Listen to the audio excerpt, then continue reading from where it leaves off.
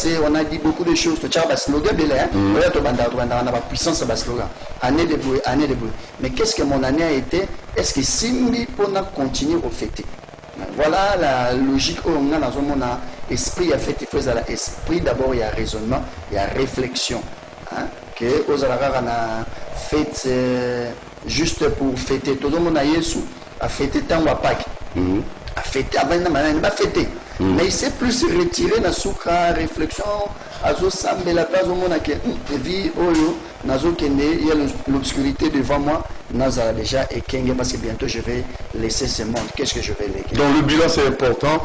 Mais toi que nous un bilan, oui c'est bien, bilan sur le plan de la prière, sur le plan de la vie d'ambition spirituelle.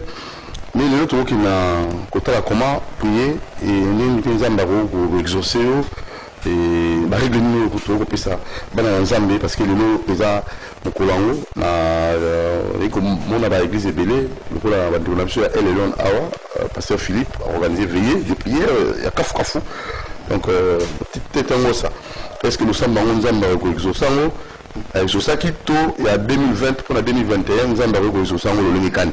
Alors les règles en question dans mon ouvrage qui tout ça dit voulez-vous être exaucé alors suivez les règles. Comment prier les 10 commandements de la prière. Bel ouvrage. Et nous avons mon pasteur. On sait que oui, nous avons l'église catholique. Nous avons au fait, quand j'étais acolyte, j'ai dit c'est vrai, mais le livre on nous attend ça. Donc, on s'est signé comme il a exaucé. Bréviaire, voilà. Bon, en fait, nous allons prendre Bassango. Bassango va au moins la Sabouani. Moi, le temps après moi, Martin Luther, au Salabiso, au combat protestant. Si j'ai bien prié, c'est parce que j'ai bien lu. Na tangi mingi, na tangi bien. Il y a un moment où on la nangeza kito.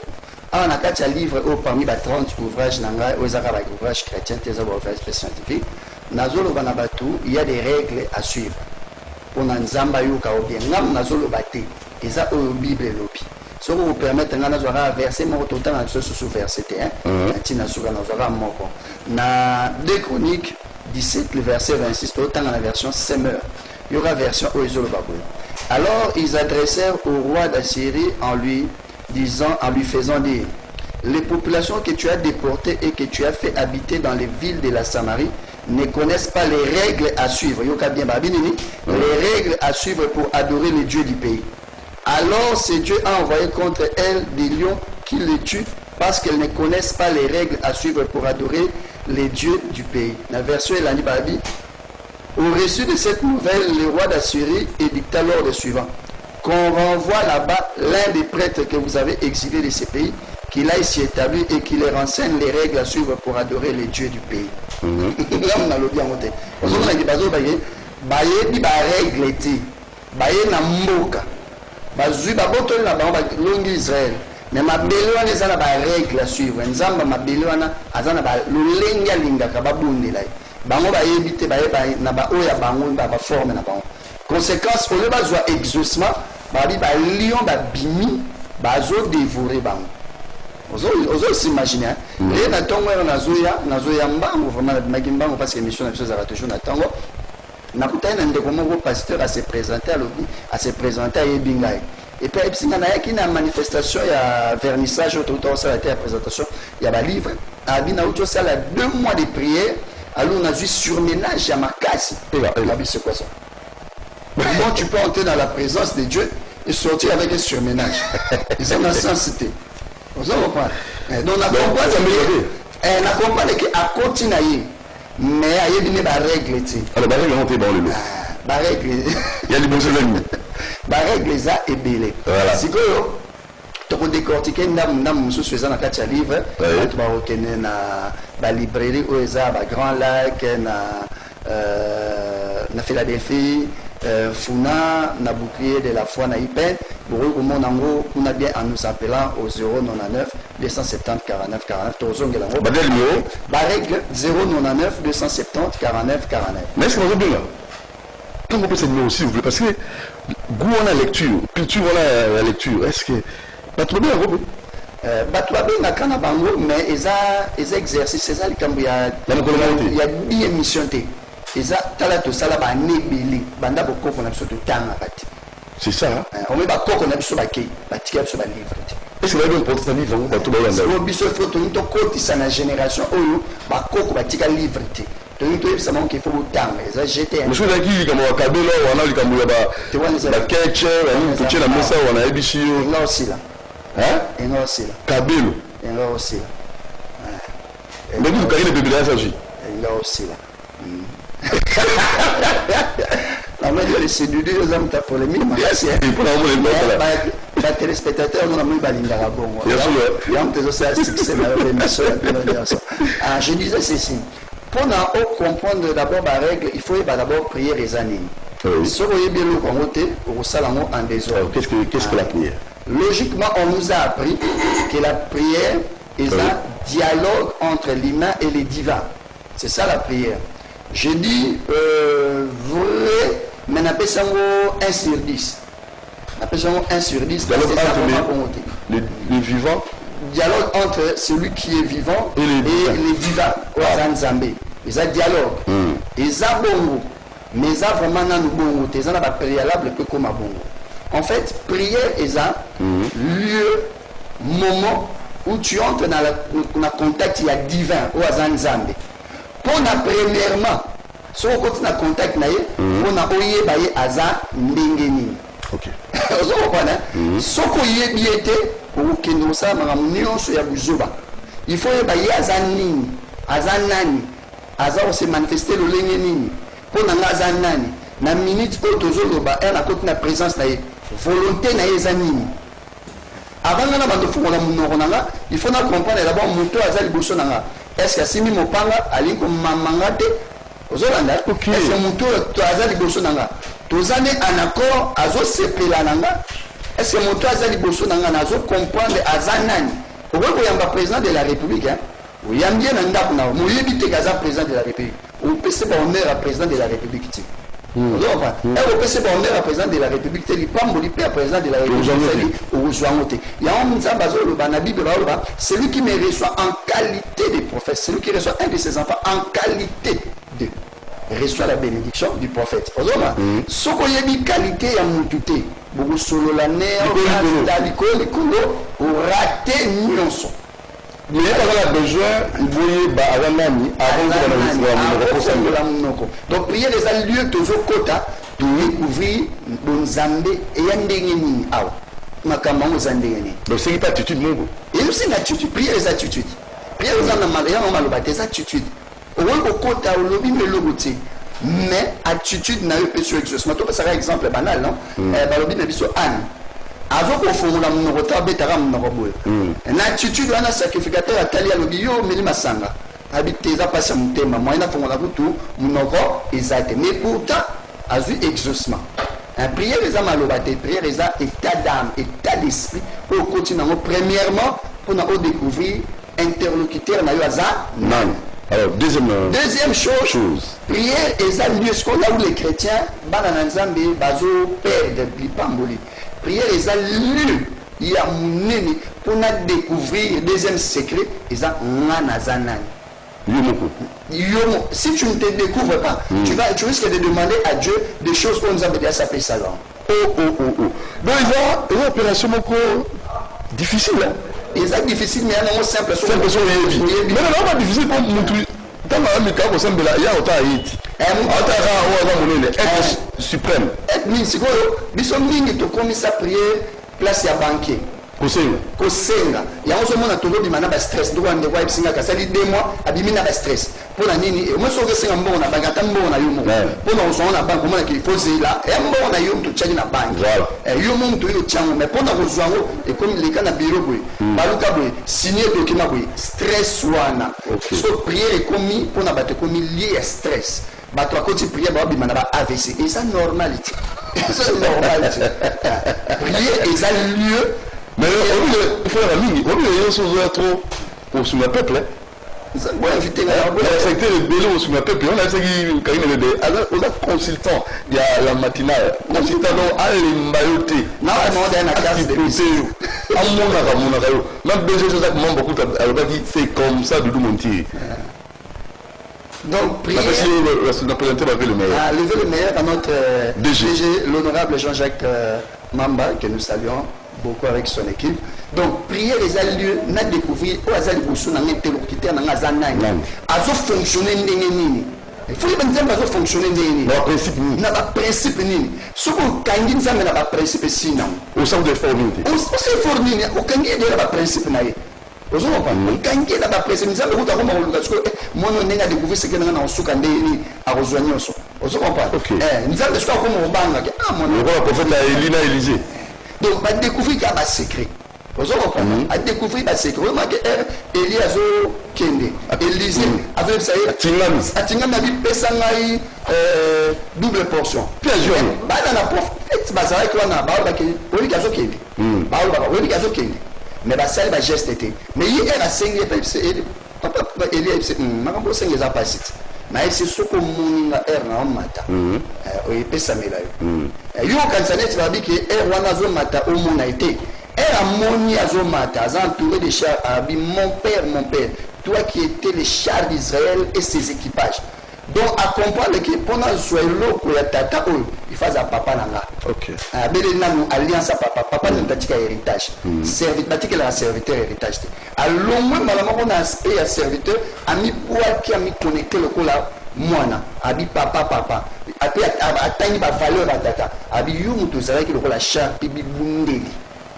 Toujours quand on a présence en Zambé, tout pour nous découvrir une Zambé. Okay. Oh, Dieu veut qu'on les découvre. Donc c'est ça le but de la prière. Et c'est le dialogue comme sur à l'aise. Nous avons maintenant un solo. Alors, tout nous avons étape par étape par rapport à notre temps ici. Pour la côté à comment prier, est-ce qu'on peut déjà attaquer donc, premièrement, nous avons la ligne Kani. Apprendre à prier. Voilà, et aussi, face aux oppositions. Montaro besoin attitude montaro semble le can allez mon jambe à nous battre qui non quand il baby au anniversaire 2022 non dans les penza na palpela simba na monae na yokae amen zambe na lola au soleil c'est ça vikamo face aux oppositions na nguna ba télémini là oh Jésus c'est bon la prière. Comment prier? Après, prière juive, il y a 7 requêtes. Ils ont fait 7 requêtes. La prière juive, il y a 7 requêtes. Chiffre 7 pour un juif, et chiffre en Zambé, chiffre à perfection. Il y a un souper à l'axi Arabi, comment prier la prière de notre Père. Chiffre à 7 requêtes. Selon coutume, il y a donc, en résumé, la vraie prière, la procédure, il y a non c'est la 7 prières. Il y a 4 prières. Il y a un cas qui est un peu il y a un cas qui est un mais si vous colandara requête à l'ibousso, il est dans mes années. Mais tu le dis face au schéma. Et là, on va schéma à Pessibiso. Il y a souvent un cas qui est un peu au fond de la mango. Le roi Babi, le roi salon. Il y a un salon. Il y a un salon où il y a un petit encore. Il y a yo poko ba kiti za te zara ta plus roi ba wara eza na nka yo poko ba na cha ma sofa mo maya eza na nka ka comment prier face aux oppositions face à la diversité à une montagne capricieuse à une montagne difficile à escalader il y a un moment dans il y a un principe à prière pour ça télé très important. Na continue la prière pour découvrir Nzamba Zanani. Na continue la prière pour découvrir la possibilité na ngana Zanani na ko sala ni. Dès que la comprend na mo, et opposition y na challenger esprit na ngana. Na zo comprendre déjà que opposition nyonso na vie na ngeza po tombolanga. OK.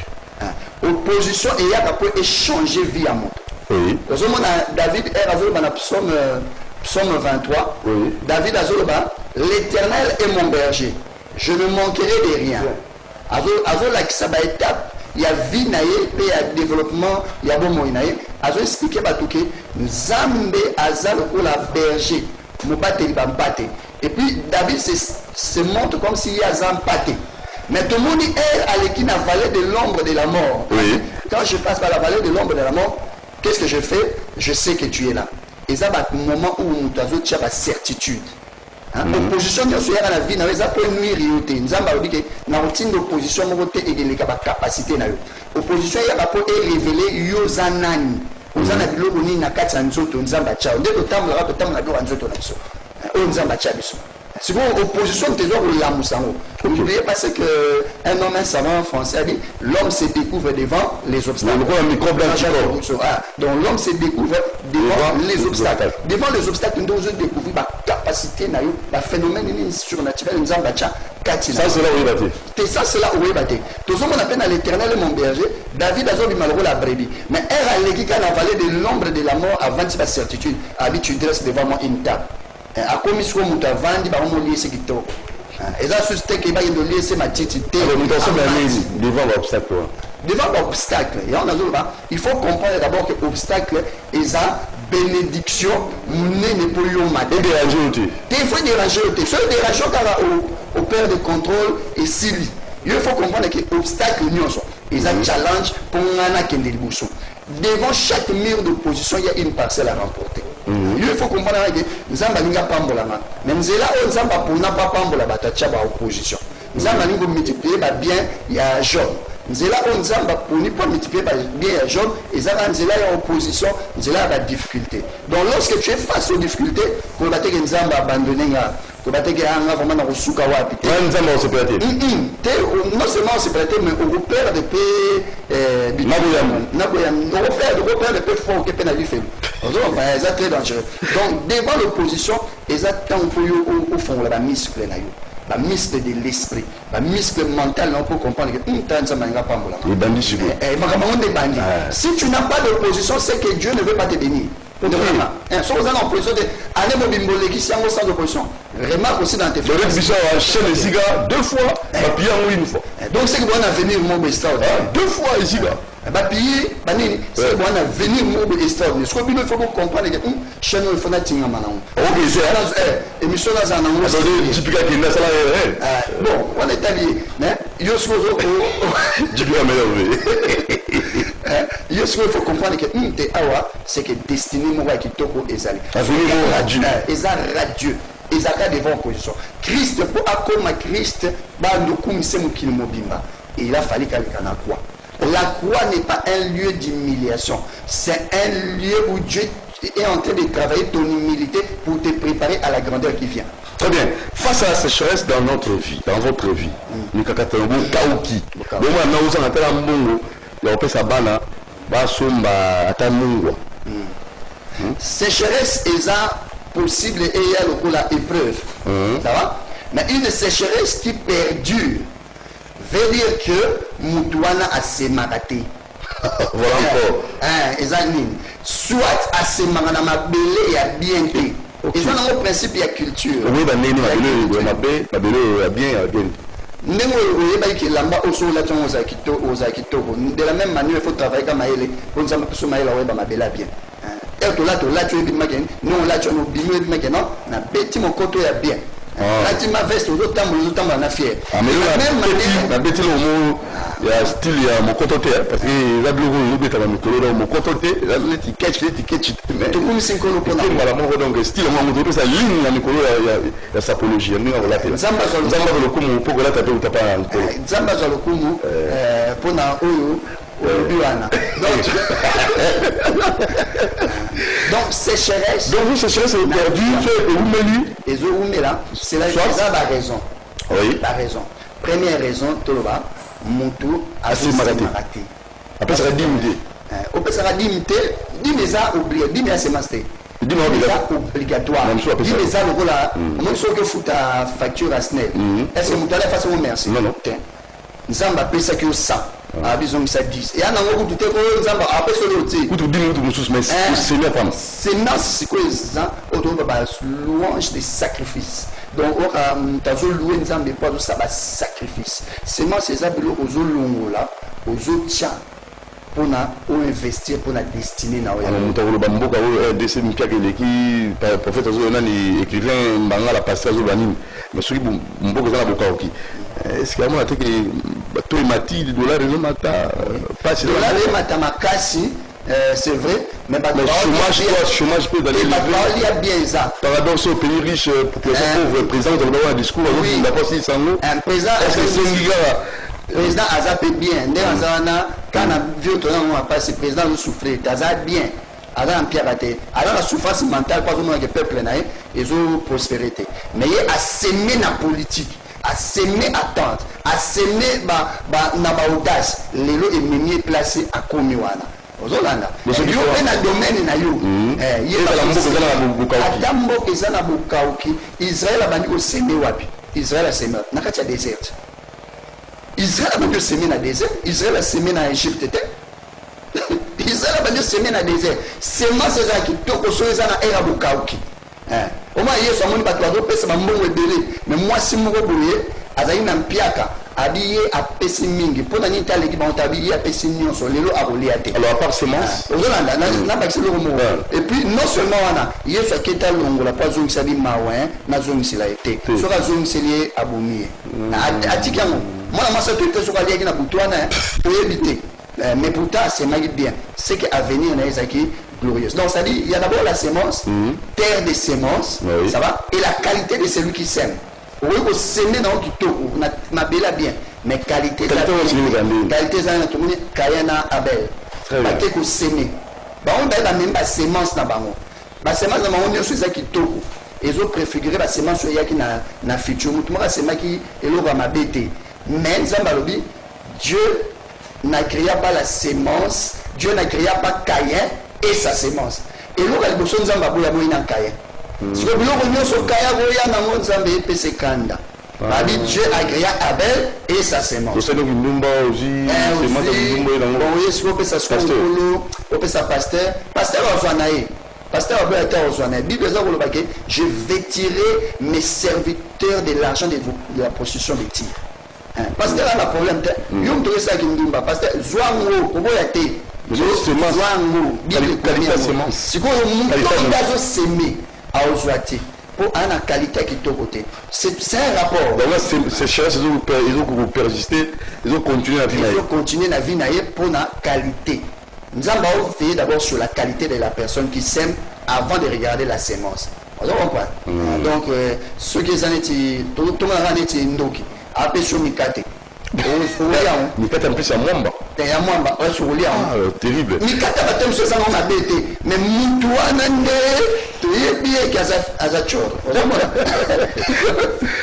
donc c'est un peu ça. Alors la prospérité, la prospérité parce qu'il y a d'autres balances on a veillé de prière, année à prospérité, année à boire. C'est bien. La prospérité est à plusieurs dimensions dans la Bible et c'est la volonté de Dieu pour la mission. Prospérité est une koloba et sort. Moi liboso ya prospérité et ko ba muta o mata na vie c'est-à-dire baba biloko nyonso zo sala na aux informaticien aux ala ingénieur na pasteur Jean aux ala caméraman biso et bébé aux ala mutu nyonso na makambo zo sala prospérité ngoloba et sort zo mata volden maso progression. Donc makambo nyonso sala bato mona ke azo mata azo na simate et to zo sala commerce moko boy bande ba commerce no tourna ra yo moko mo ba na quel externe na air na table na quel externe on eza como l'externe progrès zate donc prospérité ngo ba ke mwana nanga azo progresser et en Bible je veux que tu progresses à tous égards et que tu sois en bonne santé comme prospère l'état de ton âme c'est-à-dire et ça dans le domaine autant il y a la finance, autant dans le domaine physique, autant dans le domaine spirituel. Donc prospérité, nous mutazo azomata. Prospérité, nous aussi que Dieu ouvre une saison, il y a faveur naïe. Faveur est dans plusieurs sens. Premier sens à faveur est ça, nzamba côté là. On m'a dit tout le bunanga na yo. Mais na mon cas il coffre moi par hasard et bimi pas.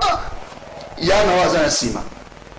Mobitinga ndeni bituma oye mtana to nzambe siko faveur ya mwana nzamba kotolo ozana toro ozana nani nzamba a décidé que je vais entrer pour toi Il y a une première dimension, il y a faveur. Deuxième dimension, il y a faveur, c'est que Dieu te fait rencontrer une personne qui va t'aider dans ta destinée. Donc, il y a un mini chrétien dans la fin de l'année, c'est un année où nous avons beaucoup na mutu. Badra ko mimayo. Azag akoza la gra akoza la muke. Aromema mutu kaka kwa connecter tout ça. Akoza ka grand na malade, maladie non? Mais mutu a memi et ça une servante domestique na. Même un informateur. Mutu moko boye aye imzela. Ah, OK, aux hommes ça là. C'est-à-dire avant ozala na ye aza moindre que yo, oleki na mbongo. Mais na likambo yo lingi ko sala, ya yebinzela. Et ça, il faut qu'elle signe. Il y a des fonctionnaires.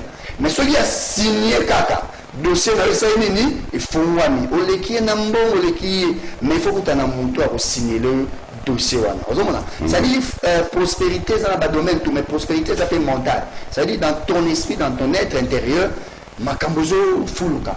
Ba tension zate, il y a un anormal. Et ça, la destinée n'a pas sauté. Qui banana nzambe tout coup fera na ba AVC. Tout coup fera na ba tension. Et ça normalité. Et ça normalité. Tout le monde mais ce type ne comprend pas la science. Je parle de celui qui a créé la science. Et ça anormal. Moutou aza en accord, en harmonie, na bien-être intérieur. Azala voué na ba pulsion ya nengwana. Bible la joie produit des remèdes. Moi, je a développé et sengo. Soyez malade, il y a des produits kiss. Il y a des chinois, il y a l'eau là, il y a des souris, ils remèdent la maladie. Ils remèdent, ils ont souris plusieurs fois. Il y a Bible, moi que David, voici le jour que l'Éternel a fait, que ce jour soit pour nous plein de joie. Plein de joie. Plein de joie. Joie, et vous pouvez se guérison. Joie, au moins ils sont tous au tambour là. Au moins ils sont tous à boire. Soit au kangi, la chaîne tous au landani, vous voyez que RFI est les gars. La chaîne est tous les gars. Mais et là les autres tous quand on te pose un récepteur, tel bien émetteur et vous et ils sont. Mais soit au fond quand tu tiens la fréquence là. Tu vois que radio sont les gars. CCTV les gars. Mais le rose a décodé ou a été moi mais ça n'a pas. De la même manière, la malédiction, la douleur, la nini, on est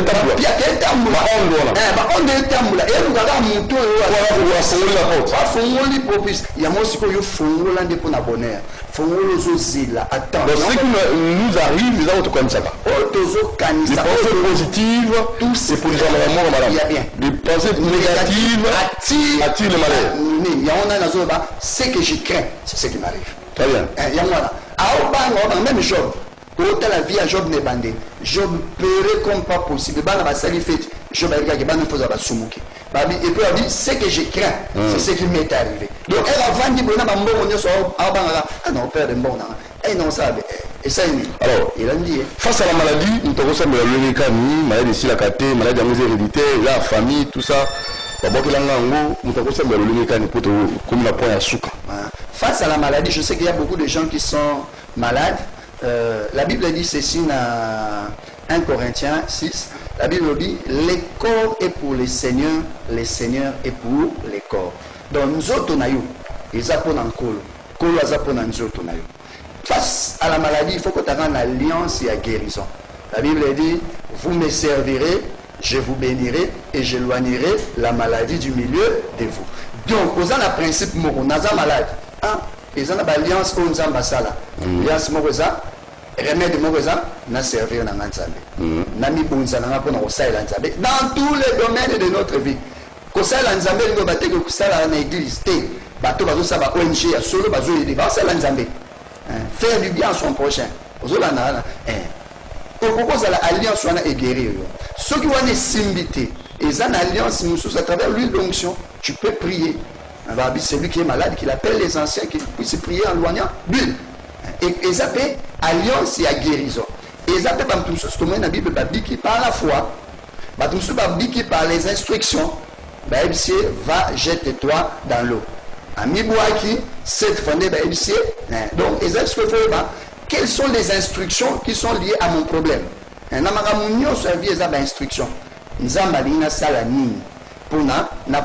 vais te donner un exemple banal. Ceux qui n'ont pas dit, parce que moi je tiens à me dire, ceux qui n'ont pas dit, non, senti que la finance est bougée. Mais on a remarqué ceux qui n'ont pas dit, et que après nazui moi colis moko boye na tie moi enveloppe na ke pesa pako a butinga ba marché ndenge ezoya makambo ndenge ezofongwama na remarque première fois na tali yango deuxième fois naza to muna bite nzambe ba instruction yanga eza il faut na kenda kopesa papa yanga siko na koma ndeni so nazo zilelo ka munene so na sa lelo ka liboso na keli na misali déjà colis nanga na ke ko chango déjà et pas papa même nous on a nazo leka na chaîne déjà c'est maintenant on a mis spécial qui déjà colis nanga pour na chaîne pesale nanga agréable muto azoyo kanga matoi ne pesala ya kofunga makambo pe na lo banzamba pesanga connaissance ozolala donc il faut yebaka ke o fonctionner de tozo inga na iloko to na liboso na ke prière les lieu pour na o découvrir na fonctionner de nini nzamba fonctionner de so ko yebino ba fonctionnement ici nango kozuna elonga.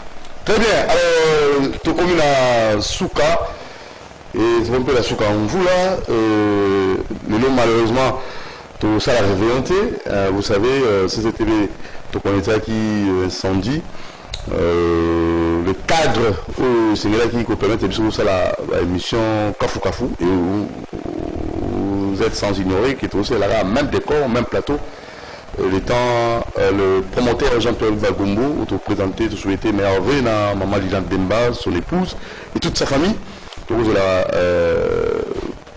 adresse mususu poto ça appela musa ba norme et le ngobani na orientation PADG Jean-Jacques Mamba tout ça posé là on y revient le l'open pour zalaté tout 5000 excuses pour ça mais tout ça de notre mieux pour tous toujours présent na bino na ba programme biso pour tous ali bongo na souci wana ya kozala toujours au Tchabino pour préparer l'information et le Ngobani. Alors on a un numéro à Souka, il y a la matinale de préféré qui vous avez écrivain et Sabino Bilé pour son Nabino pour l'avenir Nabino pour les années Mobimba. Donc 365 jours.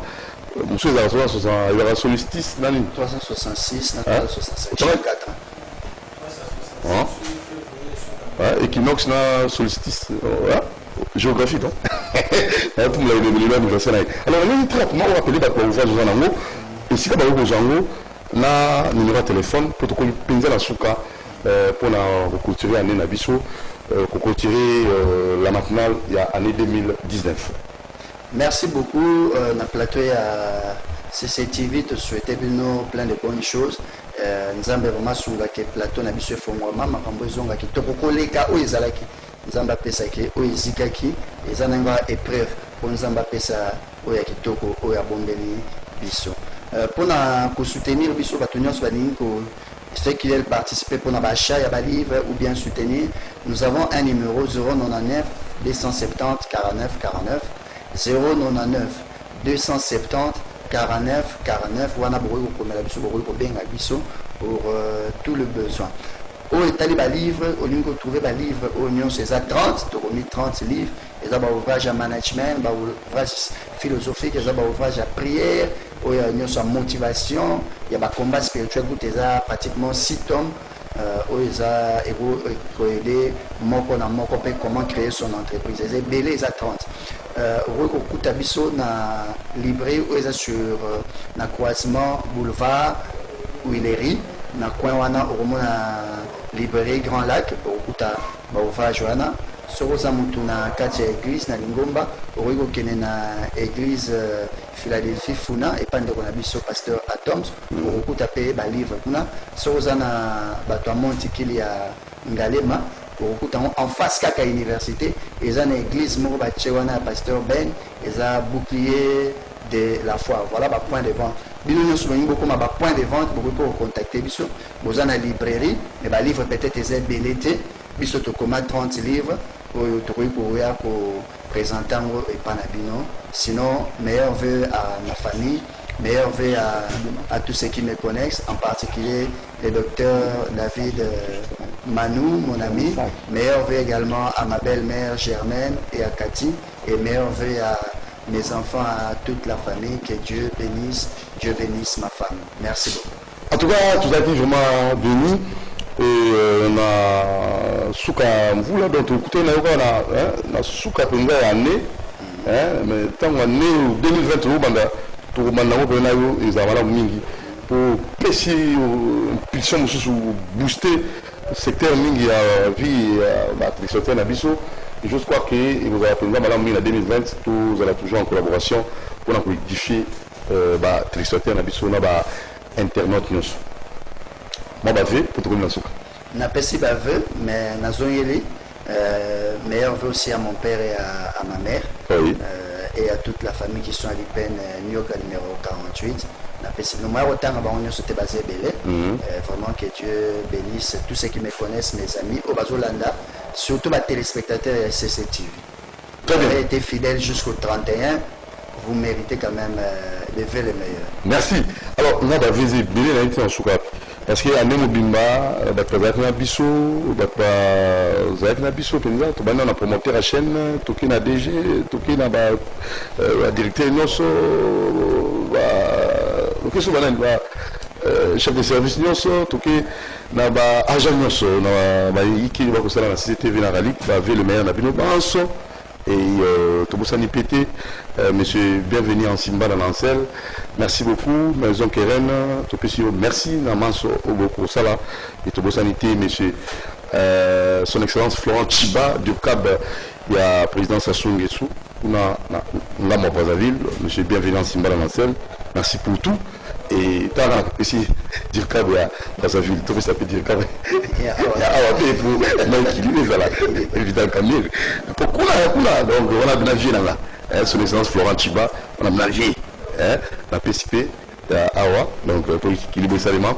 Tout sanité, président de la République, tout sanité, Camille Somboka, gouvernement Mobimba.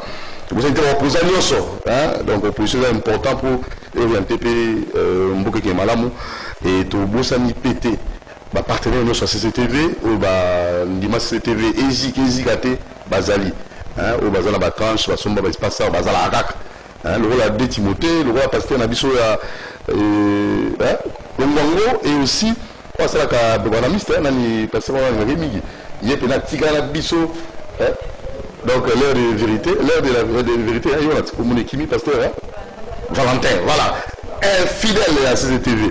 Et tout le théâtre Lyon sort, vous en avez Pharaon et tous les autres. Donc nous merci, Hervé Nabino. Donc quel sous au ça, na boss Lutumba, na Edi Ieli, honorable, na honorable Ntingi Poulou, honorable Ntingi Poulou, Bola Mozomo Nanakaka. Donc la reconnaissance des Arandés. Merci beaucoup honorable Ntingi Poulou, merci l'honorable Christelle Wanga, merci la fidèle Nosso.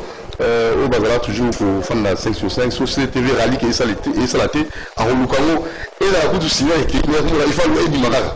T'as la fidélité à Boyna, tout le monde a été Bolinga, Boyna, tout le monde a été et tout le monde a pété Dodo Balou André, bien les bonnes choses à vous et à tous ceux qui nous ont suivis, à Cipoté Bissot. Ceux qui va suggestion Zali, Bobo, ça n'a pas bien gâté, le numéro plus 243 89 61 52 634 plus 243 89 61 52 634.